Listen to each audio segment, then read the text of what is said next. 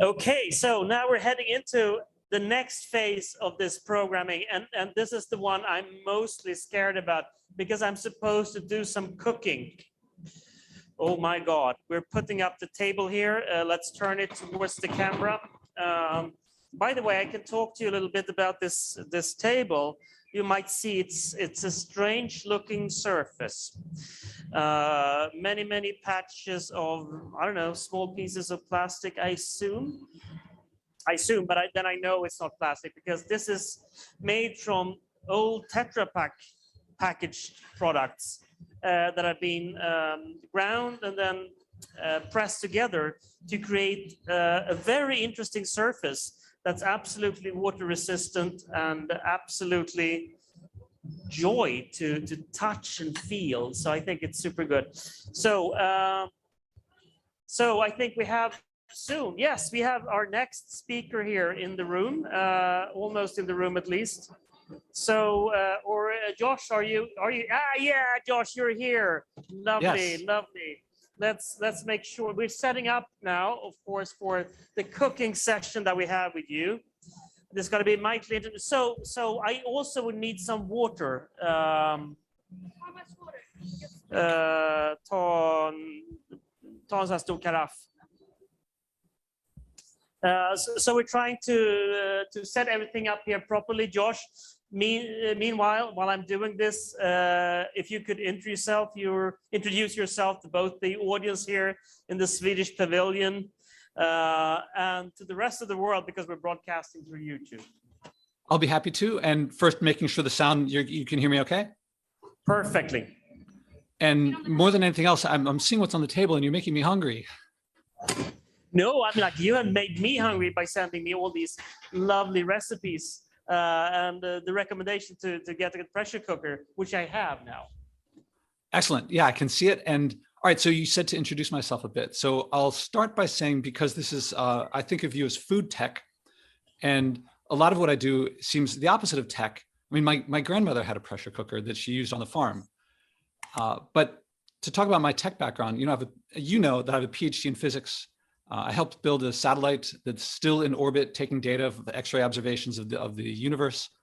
I have several patents and started several different companies that have operated all around the world. And the first one has gone global and met a lot of success. And if you asked me back then, when I was really at the height of technology, I would have said that, one person's actions don't really matter, that we really need governments and corporations to act on the scale that we need.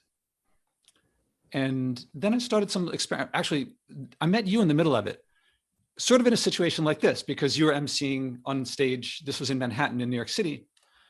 And I was speaking, I think I was the keynote speaker there. And I spoke about how my not flying, that I expected to be deprivation and sacrifice, was really improving my life and made a really big effect on me. And a little bit after that, another speaker was from one of the Scandinavian airlines, and he was saying how they were saving fuel by putting less pepper on the airplane because they didn't use it all up, and using lighter paint on the outside.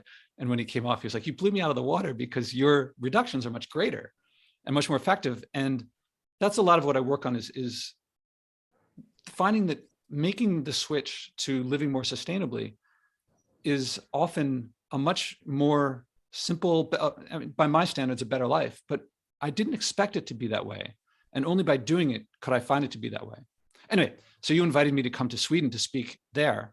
And this is just before the pandemic. So the pandemic hit, because I told you, I'm not going to fly there. I'll only go if I can sail there. And you and I got together and I was going to sail there. And what we are going to do now, I was going to do in Sweden. And there's going to be a pop-up restaurant and all sorts of things.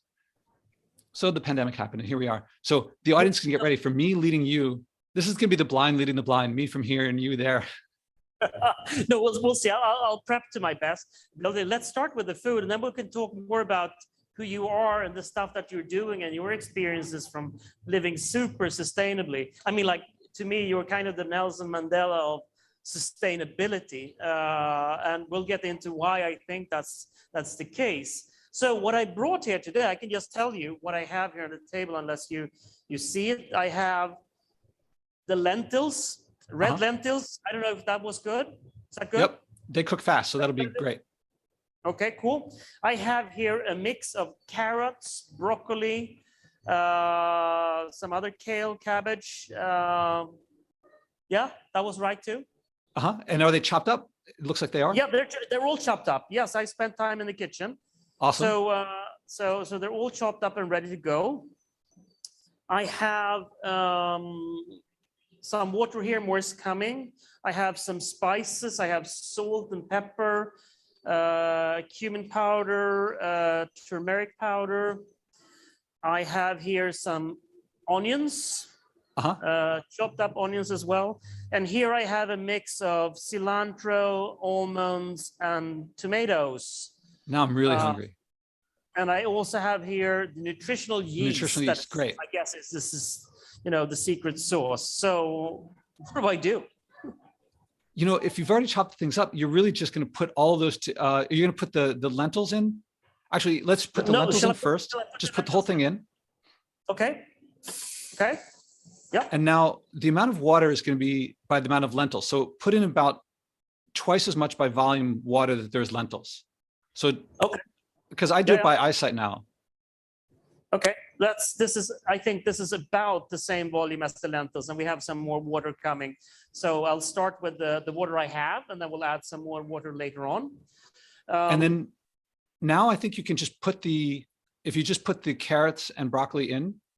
Okay, here we go. Yep. Now really, I think what I would do then is just, the rest of the stuff is for putting on after. So if you just, close the lid and cook it for red lentils, I think it should be about 4 minutes.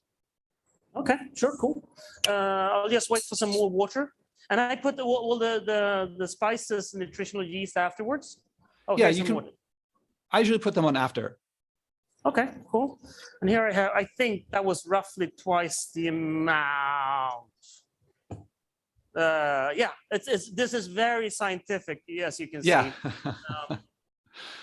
What's amazing is that. Put the lid on. Yep. And now each pressure cooker has its own way of operating. If that's a yeah, it looks like an Instant Pot. Yeah, this has something that says pressure cook. Yeah, so I think if you if you press pressure cook, it should probably put a number up. Yep, it does, and it says 5. That must mean minutes. Yeah, and then I think it might flashes here, so I think I should push that. Yeah, that beeping, I think it probably is starting to cook now. Pressure cook and start. Yes. Now it says on. Okay, so when it's on, that means that it's heating up the water, and as the water boils, it will create steam, which creates a pressure. So it will probably take about, I don't know, it looks like a fairly sized, probably take 5 or 10 minutes before it starts, the pressure hits, and then it'll start, then it'll say 5, 4, 3, 2, 1. Okay, cool. So yeah, so now we have some time to talk about not the stew, which I hope will be interesting. I'm sure it will be, but more about you and your philosophy and what led you to become the Nelson Mandela of sustainability. What's your experience? Before that, I do want to pay attention to the pressure cooker. There should be on top of it, there's a valve. Yeah, yeah, it's closed. So it's closed. Okay, cool. Just wanted to make sure. Yeah. Oh, thank you. Good catch. It should be good. Otherwise, if it explodes, I'm the guy who got killed because I'm closest. There's one other thing we should do before getting started. If let's mix the spices together so that when it's ready, you can just pour them all in at once. Okay, I'll do that while you talk about your experiences of living sustainable. Okay, and I would put in about. How much was I supposed to put in? Yeah, I'd put in like about, for the amount you put in, I put in 1/4 to 1/3 of that container. A 1/4 of this container. Okay, cool. Yeah, I'll do that. and then like a tablespoon each of the cumin and turmeric. Okay. And that'll do it. And the regular amount of salt and pepper. I think I know that basically. So okay. Yeah, or I'd let each person put theirs on for themselves. Yeah. No, I'll fix that while you are giving me the lesson on sustainability. Okay, so now we're done with the food. And where should I begin on sustainability? Let's begin. When it comes to sustainability, tell us about your experiences that led you to the point in life where you are today. I think that story is so illuminating. I can listen to it over and over again. Okay, as I mentioned, if you asked me 10 or 15 years ago, I would have said, there's really nothing I could do. And I just hope other people will fix things. And really, if you asked me, I would have said, nuclear fusion is really the answer. And whatever we can do to get there. And in the meantime, we should be efficient. Even so, you know, the big thing happened one day. I was in my kitchen and I looked down at my garbage and I just thought, you know, maybe I can't change the world, but this garbage is going to end up on someone's lawn. It's going out into the world, and I can take responsibility for my waste. Even if I can't fix the world, I can at least take my personal responsibility. And I thought, I wonder if I could go for a week without buying any packaged food. At the time, you know, I knew how to cook growing up, but cooking for me meant, you know, generally like buying a box of pasta and putting that in the, you know, boiling that and putting some red sauce on it. Maybe doing something special would be maybe frying up some garlic and onions and some broccoli with that. Then I began, I thought, could I make it a week? I knew I could, but I didn't know exactly how. And so I started thinking, well, what should I do? What should I do day one? What should I do day two? And I kept analyzing and planning. And, you know, there's a stage where I spent 6 months analyzing and planning without actually starting. Until one day I said, you know, I'm not going to die if I go for a week without packaged food. I'll figure this out. And I just said, all right, I'm just going to start. And all the questions I have on what to do day 3, day 4, day 5, I'll just figure it out as I go. And that turned out to be a much more successful way of doing things, which, by the way, the video cut out at my end. Is everything okay? Is the connection okay? I hope you can hear me.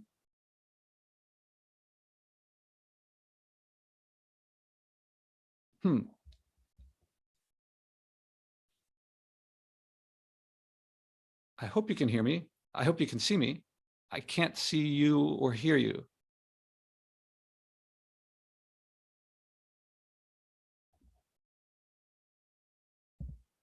Oh, you can hear me. Okay. So I'll keep going. And so let's see. I started at the beginning. All I could do was I went to the store and I went to the shelf where I normally began. And I'm looking at the shelves where, you know, I used to look and see food. And for the first time, I looked at the shelves and what I saw was the packaging, the boxes, the bottles, the jars, the cans, the stickers, the rubber bands. And I had told myself, for at least this week, I wasn't going to get any of that. So I was like, what can I do? And I actually felt very helpless. By this point, I'd had multiple Ivy League degrees. I'd launched the satellite, launched these companies. And it hit me standing there in this aisle that I couldn't eat without polluting. I couldn't live without hurting people. And this was a very helpless feeling. I mean, it was really, I felt wretched. And what could I do? So I'm standing there and I look over, and of course there's the produce aisle. So I walked over to the produce aisle, and instead I just bought only fruits and vegetables. Now I had bags, and I would go to the bulk section. And for the first time in my life, I bought dried beans. I had no idea what to do. So eventually, you know, fast forward a day or two, and I'm at home, and it's time to cook the beans. I'm like, I don't know what to do. I mean, I felt really, how did I made it into my 40s and never having boiled beans on the stove? Anyway, so I started boiling them, and, you know, the food came out not very good. I would like steam the vegetables, and I would put little salt and pepper and vegetables with some beans and some rice. And it wasn't delicious, but it was sustainable. It sustained me. And I made it through the week. And then actually it was enough that at the end, I went for I made it 2.5 weeks without buying any packaged food. And the first thing I bought was a bag of onions. And when I got home, I was like, I didn't need the bag. I could have just bought the onions loose. So I thought, could I keep this going? And after that, some friends were over and we were cooking together, and I needed some tomatoes. And I said, can you go down and buy a can of tomatoes? So they came with a can of tomatoes. And then I was like, why do I need melted aluminum to get tomatoes? Like, I could have just skipped it. And so I challenged myself to keep going. So over the next several months, it was still just mostly steamed vegetables over beans. But gradually, over the course of 3 to 6 months, I would say, I started finding like this vegetable goes with that, this goes with that. These different things would mix together well. And eventually I got a pressure cooker, so I wasn't cooking the beans on the stove. And the pressure cooker dropped the cooking time from like an hour to like 5 minutes. And things started tasting really good together. And I started really enjoying what I was eating. And, you know, I knew about the prospect of, say, lab-grown meat long before Impossible Burgers came around. And I was really looking forward to them. But this thing happened that I started liking vegetables more and more. And actually, I got to put a plug in because I still really like the idea of, I want to see a lab-grown mink coat. And I don't see people, I know it's not about food, but I'm gonna put this in, like, I think that would be something really great to get lab-grown. But lab-grown meat, I've kind of lost interest in doing that. And I apologize if this is contrary to what people are saying, but fresh fruits and vegetables cooked very simply are incredibly delicious. And I host dinners for corporations, and this is not my thing. It's just they invite me to speak on sustainability, and sometimes we incorporate food into it. And I've cooked for 50 people with nothing to throw away afterward. Nothing. No, well, they had an alcohol sponsor, so there was alcohol stuff, but that wasn't my part. And one time I was at Lululemon, the clothing company, and for Earth Day a couple of years ago, I did the Earth Day thing. And I was speaking to someone who worked there. He said he loved Lululemon as a place to work because the community there is so tight that there's a common ethos there. But he came to them as a surfer. And he said that it dawned on him at some point that everything that they sold was plastic and all that was going to end up in the ocean someday. And he was kind of stuck because he liked the ethos of the place, but he didn't like what he was doing. And to me, the more that I connect with basic, simple food and the farmers, I buy generally from the farmer's market, from a food co-op near me, from a CSA, which is to say, there's a drop-off point where I pick up every week my load. And the highlight of my summer is to go to the farm. I haven't gone there a couple of years because of the pandemic, but before that, to go to the farm and see the vegetables growing there, to talk to them, to hear them talk about the land, to hear them talk about why they grew this time and why they grew something else this other time. And I love it. So some of the end results of this, you've heard that I don't fly. So I haven't flown since 2016. And I found that this has resulted in more connection with family, more adventure, more cultural experience, more experience of cuisines. But where did you find all those experiences? Were they always right next to you? Yeah, for example, right now it's in New York City, around here. If I go to the farmer's market, what do I get? Yesterday I bought a rutabaga. There's beets, sweet potatoes, carrots. It's mostly root vegetables, turnips. And now my favorite food in the world is Thai food in Thailand. If you ask me my favorite food, that's what I'd like to have the most. But I can't get it here. In fact, here it's like a mix of Thai food in New York is like Thai food mixed with extra salt, sugar, and fat added, which I don't want those. Put on tons of rice, more than that I don't really want. When I have to cook with just turnips and rutabagas and beets, I have to figure out how to make it interesting. I have to make it taste good. I don't think people have been living here for thousands of years on Manhattan, and I don't think that they were suffering eating terrible stuff all that time. So I have to put on myself, how do they make it interesting? So when I'm cooking with turnips, I am more in touch with the people in Thailand or Senegal or wherever who are cooking with what they have. So between the options of going to a Senegalese restaurant and having something that it's Senegalese mixed with American, it's not that, it may taste good to the American palate, but it's not that authentic. It's not that, I'm not actually experiencing that culture. Or flying there and just popping in for a week and going to where the tourists go, or if I'm lucky, going to some place that not where the tourists are, but still not really experiencing the culture. Or getting a turnip and figuring it out by trial and error, keep trying and testing until it tastes really good, which is what I've done, which I really love what I do with these things. So that to me puts me more in touch with these places. And in New York, I guarantee right now, in most places, I could go in and buy a mango.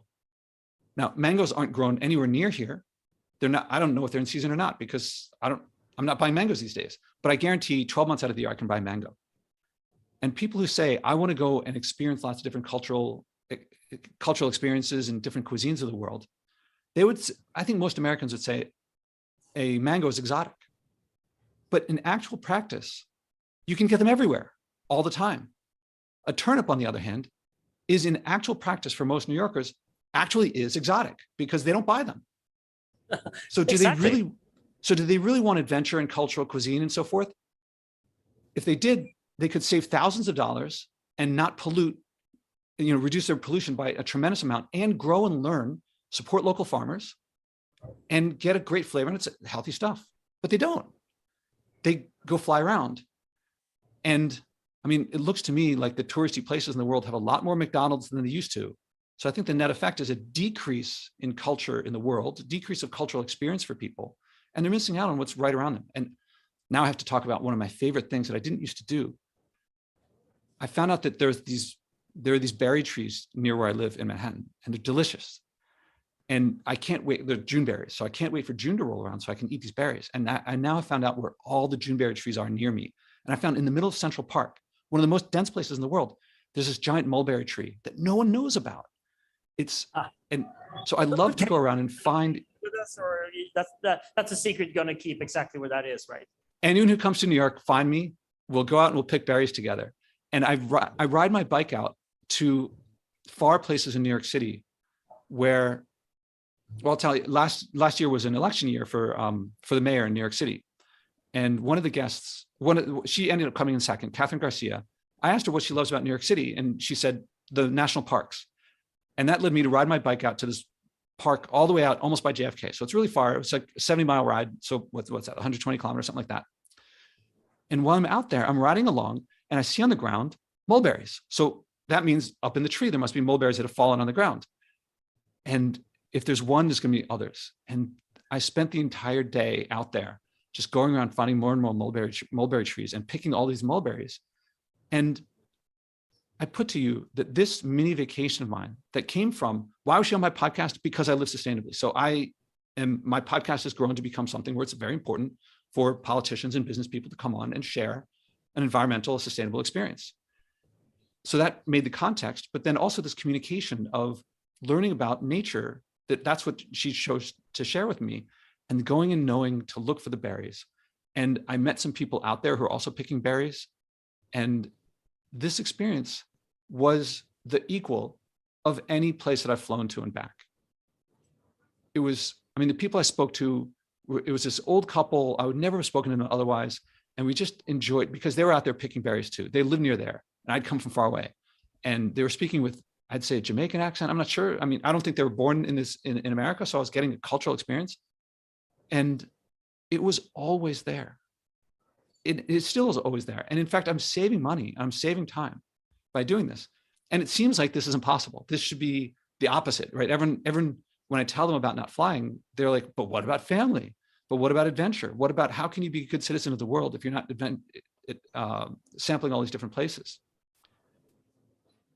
But my experience has been, I mean, if I get really into it, I feel like if I'm addicted to something and someone says, why don't you give it up? I feel like I'm losing something.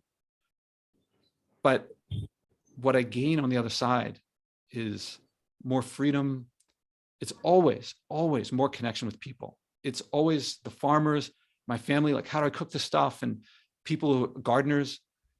So I'm always gaining in ways that I never could have expected until I start doing it, and then it happens. And then now I've come to expect it. I know that so one time I was reading this article about most of the world does not refrigerate like we do. Most of the world ferments. And for all of history, before refrigerators, there was no refrigeration. I mean, you could use ice. And by this time I had gone without food packaging, and now I'm not at zero, but it's been 2019. So it's been 2 years and 2 months since the last time I filled up a load of garbage. So I'm still in one load. And let's stop there for a sec. You said you haven't thrown away garbage for 2 years. yes. How on earth do you manage to do that? Well, for the ingredients that you have there, I'm not sure like you got the nutritional yeast in a I don't know, a bottle, a jar. Yeah, exactly. So it took me a while to find where, but I found, I didn't even know about nutritional yeast before, but I get that from a bulk food store in a bag that I bring myself. So I wouldn't have that to throw away. The lentils, I would guess, came in a bag, but I also get them from a bulk section in a bag that I bring. So my nuts, my grains, the legumes, the flours, they all come from a bulk section. And Now I have them near me, but actually during the pandemic, when I was staying somewhere else, I went to the managers of the stores there and said, do you have this? And they started looking for these things, and I had to find new places. So it takes time to find what's around you. And I also come from a family, when I was a kid growing up, my parents helped form a food co-op that is now a staple of that community. So I saw the work that it takes if you live in a place that doesn't have these things, and I was willing to put in that work. The other thing is when I get from farmers markets and there's no packaging, it's fruits, vegetables. So I don't need that stuff. And it took time. I mean, I used to throw out garbage once a week, and then it was once every 2 weeks. And then it was once every 3, 4, 5, 6 weeks. And it took me years to reach where it took, like the first time I went a year without packaging, without having to fill up a load of garbage. There's also a lot of things along the way. Like vinegar. I go through a fair amount of vinegar. And I just looked up how to make vinegar. And it turns out, chop apples, put them in water, let them sit. That's it. But I didn't know that until I tried it. And it's the first couple of times it took a little more experimentation. But now, if I could, there have been times when I've been talking with people on the phone and I'm just chopping away and I make a load of vinegar. I have to wait 2 weeks for it to happen, but there's nothing to throw away. And by the way, the apples that I get for making the vinegar are the bruised ones that sometimes they just give them to me for free because they're not selling the bruised apples. So there's a lot of places where, and also like seitan. So I'm vegan, so I don't eat any meat. So I didn't know about seitan before, and it always comes in packaging, but I know that it comes from wheat gluten. So I have no allergies or anything like that. See, like nothing like that. And I was at the bulk store and I saw that they had wheat gluten. I was like, I wonder if I can make this. And the first couple of times I messed it up, but then eventually, actually, let me go back a step because I actually learned how to make it from raw wheat berries that I ground up in. Anyway, I did it once and it took me like an hour or 2 hours to do it. But then I saw the flour there and I just experimented and tried it. And now I can make seitan, which normally comes in packaging, faster, quick. And this is experimentation. After that first 6 months to a year, I would look at new things, not as like, how am I going to do this? But how am I going to do this? There's a lot of talking to people, asking people how they did it. And I adopt the mindset. Before plastic, people didn't have any packaging to throw away. I mean, maybe burlap sacks. If they could do it, I can do it. Why would technology make me more dependent? If the goal is to pollute less, shouldn't I be able to pollute less? And so this mindset took a while to take root, but I expect that the more that I try, the more that I'll enjoy, the more that I'll find that I don't need these things. Now, that said, there's some things that I just simply don't have anymore. So I don't, every now and then I'll be at a friend's place and they'll have some exotic fruit that I'm not going to buy because I can't get it locally. So I'll allow myself those things, but generally I don't have those things. Some would say that my diet is less varied than it used to be because I'm not having lots of things that they do. I'm not buying packaged things. Like I haven't gotten a pizza in a long, long time. I take that back because my mom can make pizza from scratch. So we baked it in the oven there. But I almost never eat at restaurants. And some people say that have less variety. But when I go to the farmer's market and I'm seeing what's in season this week, because most of the time I'm seeing stuff I haven't seen in 10 months. So like when cherries come out in the spring, when strawberries come out in the spring, yeah, I haven't been eating them all year like other people have who've been buying them in plastic containers shipped in from California. But I'm having a treat. And if you think that's less variety, I would have too. But that's not how it feels to me anymore. Now it's variety, and I don't know anyone who loves their food more than I love mine. My friends are like, Josh, you don't have to say how much you love it every single time. I'm like, I can't help it. It's hard to, when you eat a mango and it's really ripe and delicious, don't you have to say to the people around you, this is so good? I'm like that every single meal. Oh, and I got to add something else. Since I haven't had ice cream, even vegan ice cream, in a long time, my taste buds aren't used to that amount of sugar or, chips, that amount of salt or that amount of fat. So over the years, I've become much more sensitive. Like I did 1 month with adding no salt to anything. And I thought I wasn't adding that much salt. But then after that month, I put in some salt again. And I was like, this is way too much, the regular amount from before. So now I put in a small fraction that I used to, and I get more salt flavor, but with less salt. Likewise, apples to me, apples are like the ordinary fruit, right? That's like the ordinary basic one. But to me now, if someone offered me Ben and Jerry's or an apple, I would pick the apple every time. It actually tastes to me more sweet. And the Ben and Jerry's or vegan ice cream would be overload. I can't even think of eating it right now. It's not tasteful. And deep fried stuff, not really interesting to me now. I have to ask you a bit about this because it's not just that you want to do this for yourself, right? You also want to achieve something with your, so to say, your climate leadership here. What would you say to the world out there? Recommendations to people who think this is super interesting, which it really is, but hey, the amount of commitment that you need to have to it, is it possible, or do you have to be a superhuman such as yourself in order to make it happen? There's no way at the beginning, if someone had said, Josh, this is what's going to happen to you over the next 3, 4, 5, 6, 7, 8 years, I would have said, absolutely not. That's crazy.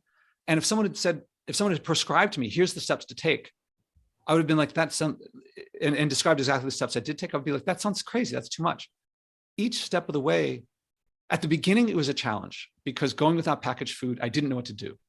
Going without flying, I didn't know what to do. But those two hurdles, once I did those experiments, then I had in my head, what will happen if I try this? What will happen? So that when I challenged myself when I unplugged my fridge after learning about most of the world ferments, I had no idea how to ferment. I didn't know what I was going to do, but I did know I wasn't going to die and I could go online and figure it out. And I basically, there's stuff in my freezer that started melting right away. And I knew that I could do it. And I had to do the experiments. The first couple experiments are challenging. They are a step into the unknown of, I don't know if I can do this. Maybe it's not for me. Maybe I'm going to mess up. And going without packaged food, I happened to stumble on one that was fairly easy. I mean, I did have that gut check moment that really, I felt awful. But boiling beans is not that hard. So I was able to get out of that hole. Going without flying, I also thought was going to be a real challenge. But everything after that was just curious, like what's going to happen next? What will happen if I unplug the fridge?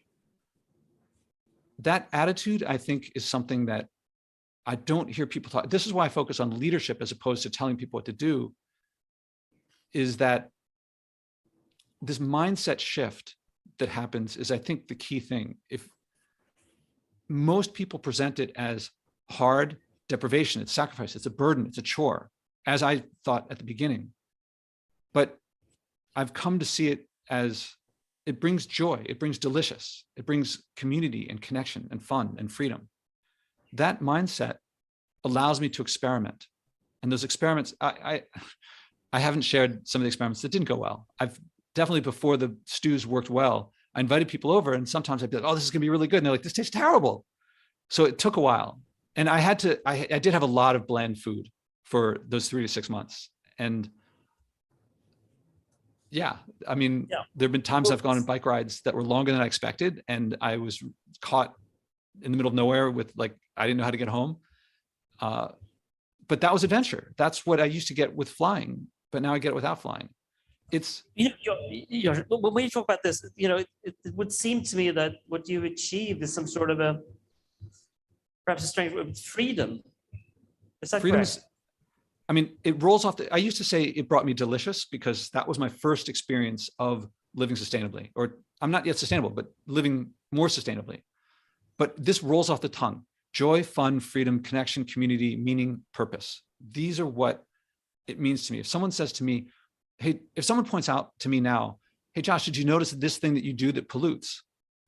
I think to myself, how am I going to undo that? Because I'm not aware, I wasn't aware of it. And I want to do something about it. And I think I know that it's going to bring me joy. I know that it's going to bring me fun and freedom. And it almost certainly, it will bring me community and connection. I'll give you an example. When my CSA during the pandemic was delivering they were putting a lot of stuff in plastic bags, which I didn't want. So I asked the volunteers at the drop-off point, can we do something about this? And they're like, it's not us, you got to talk to the farm. So most people, I think at this point would think the farm has enough trouble with dealing with how are they going to put stuff in the plastic, and now I'm going to make it more complicated with them. I kind of felt like that a bit, but I had enough faith in what I'd done before that I said, what happened was I contacted them and I said, is there any way that you can not use the plastic for at least my container for my drop off?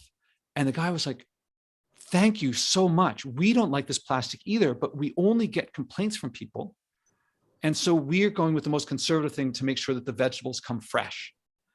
And I said, experiment all you want with me, use no plastic.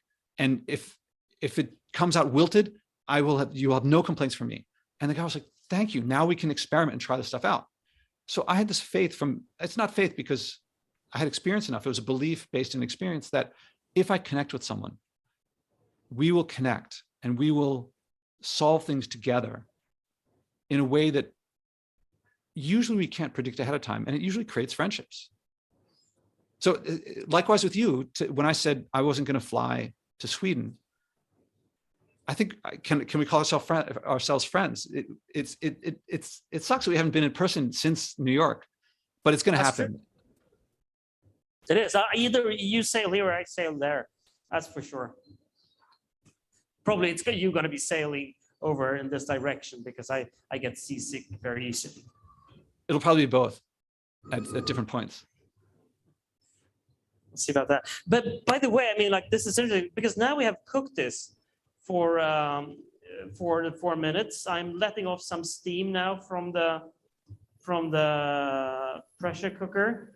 It's really interesting. I don't know if you can see how it's releasing steam. I can hear it. The video's frozen for a second, but and I think you're opening it up. Oh, not yet. Okay, yeah. What's so it'll take right now. That's, I'm right now I'm releasing steam only, and shortly when that has been released, I will start to open it up and see what has happened inside. Yeah, with any luck, it will have the amount of water is right for the beans and so forth, and you'll open it up, put the spices in and the nutritional yeast. Not yet the onions, not yet the cilantro. Those go on, fresh. Yep. And then you just stir those things in together and it should taste really good just like that. Oh, and I want to mention for people watching that he put in lentils, but it could have been any legume. So it could be different types of lentils. It could be split peas. It could be red beans, black beans, kidney beans, pinto beans, navy beans, lima beans. So I can name, dozens of types of lentils or legumes. And the carrots could be any starchy vegetable. They add a little bit of sweetness. So it could be sweet potatoes or beets or squashes. So many types of those as well. And he put in broccoli, but it could be any green leafy vegetable. So it could be chard or kale. It could be spinach. It could be Brussels sprouts. It could be broccoli. It could be kale. And I can name like 5, 10 different types of kale. So with each different type of, say there's 20 types of each of those things, 3 combinations, 20 times 20 times 20 is almost 1,000 varieties. I've probably never had the same stew twice, even though I'm doing the same thing every time. And if you had put in, say, black beans instead of red lentils, it would be a very different stew, even though the same process. Okay, let's see here now. So here it has cooked. There's still some water in. That's because I did a sloppy measurement. But let's pour this one in. Yep. Here goes the spices. And then, yeah, so I usually use, actually, it's really good even if you don't put any spices in, just the nutritional yeast. But I keep reading that turmeric is very healthy. And so I put in turmeric, and then cumin just seems to go really well with turmeric, but you could go instead with basil. And, if you want to go more for an Italian feel, you could do basil and oregano or, whatever spices you want. Here, we wouldn't put any cardamom, but that could be really good in there. Anyway, lots of different spices go in, lots of different herbs. And when I get different things in season, like dill was really good in there. Yep. But this one is like the most basic. It's going to have like a bit of an Indian feel, I think, because of the turmeric and the cumin. Probably that's the case. Okay, so let me. Okay, do I then garnish this on the plate or in the bowl? Yeah, I would put that. I would spoon that into a bowl and then put the onions and cilantro and nuts on top, and then Okay.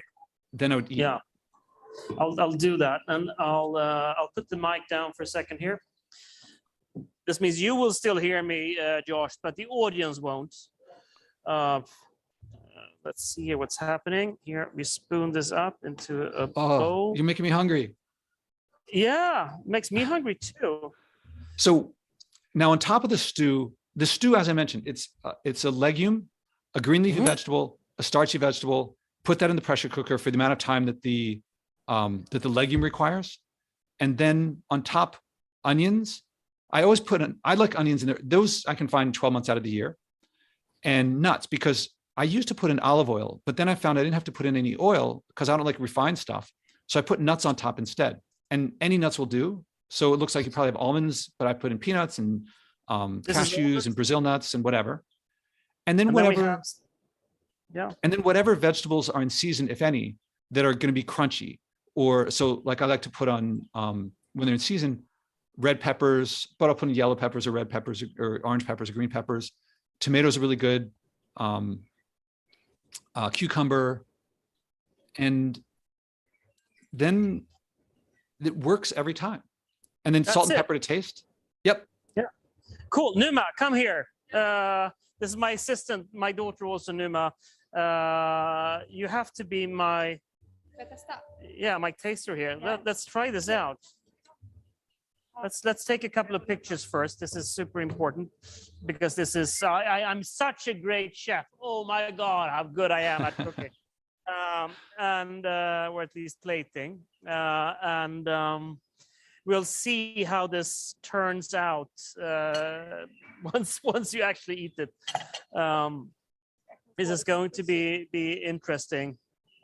You always need to carry a guinea pig or bring a guinea pig to these events, and in order not to be harmed in some sort of family feud, I bring my own daughter. I think that's I have 3 of them, so I have one. I can spare one of them.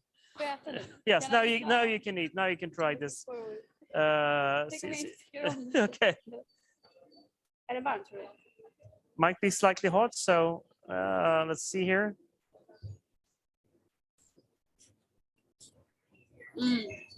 This was delicious, right? Yeah. This is good.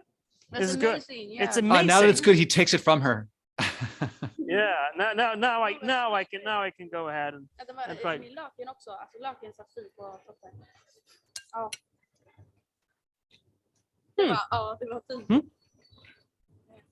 And now I can see that the pressure cooker is barely full. So if you could do the same thing and fill it all the way up, and then you'd have 10 meals worth of food. Yeah. In just the same amount of time, which is what I do. And then I eat, the next meal is 30 seconds preparation because I just eat it. Let's have some more. Yes, absolutely. This is not, I can assure you, this is not going to go to waste. That's for sure. This is wonderful. Give it to me. You can have it back in a second. But George, I'm actually truly amazed because this is such a simple recipe, and it's really good. Yeah, and I think of it as more as a formula because you can do it. You can do the same thing. Like if you'd put in black beans or split peas, you would not have identified it as the same recipe, but it would be completely different. Yeah. And carrots. If you put in with that mix right there. With carrots, I like to put in ginger, chop up some ginger and put it in. So some garlic, maybe even. Yeah, and the garlic I don't pressure cook. I put it in after, so I put it in fresh. And yeah, garlic. Actually, turmeric. If you can get turmeric root, as opposed to the powder, is really good because the powder gives it kind of bitterness that the root is more sweet. No, I agree with you. No, and I guess I could use some seasoning oil on top of like a dill oil or something like that. in order to enhance it further, or perhaps even grate some cheese. Yeah, if you're not vegan like me, then you can put cheese would go well on top. Also, avocados are really good on top as well because they make it really creamy. Coconut. So there's lots of different, because there's very little fat in there, except the nuts are the only source of it. So other things that put in fat will make it taste richer. I guess I also could, start out by sauteing some of the vegetables in some olive oil. Generally, the pressure cooking is gonna, once you pressure cook something, if you saute it first, it undoes if you saute it, it gets lost anyway. Okay, it does. Okay. Well, on the other hand, if you put in for different textures, if you put in, like what I could have said was save some of the broccoli and put it in after the cooking, so that right now it's very hot. So if you put in spinach right now, it would get the spinach. The spinach doesn't need cooking. Yeah, no, that's true. Or if you did like bok choy right now or celery, then they would give it that crunch. So there's lots of things to do to add textures in. And by the way, how do I know about that? Because I was making them just like this for a long time. And I served some to my mom and she was like, well, it tastes good, but the texture, it's just the same texture every time. And that hint from my mom pointed me in the direction of all the toppings afterward and to find different alternatives. Super interesting. So I think, Josh, our time is up, unfortunately, but we managed to do two things: cook an exquisite meal and also at the same time have this conversation about you and your experiences in the world of sustainable living. And I thank you a million times over for taking your time in order to come and join the Swedish Pavilion here at the Expo in Dubai. It is by far the most sustainable pavilion, even though you might wonder sometimes if it's a sustainable thing to do an expo. But hey, we're here to showcase sustainability in order to hopefully transform the lives of people. And I'm sure you have transformed lives of many people today, Josh, both here in the pavilion and for those of you who have been watching this on YouTube. Thanks again, Josh, and see you soon again. I thank you for the opportunity and making me hungry. The best. Bye.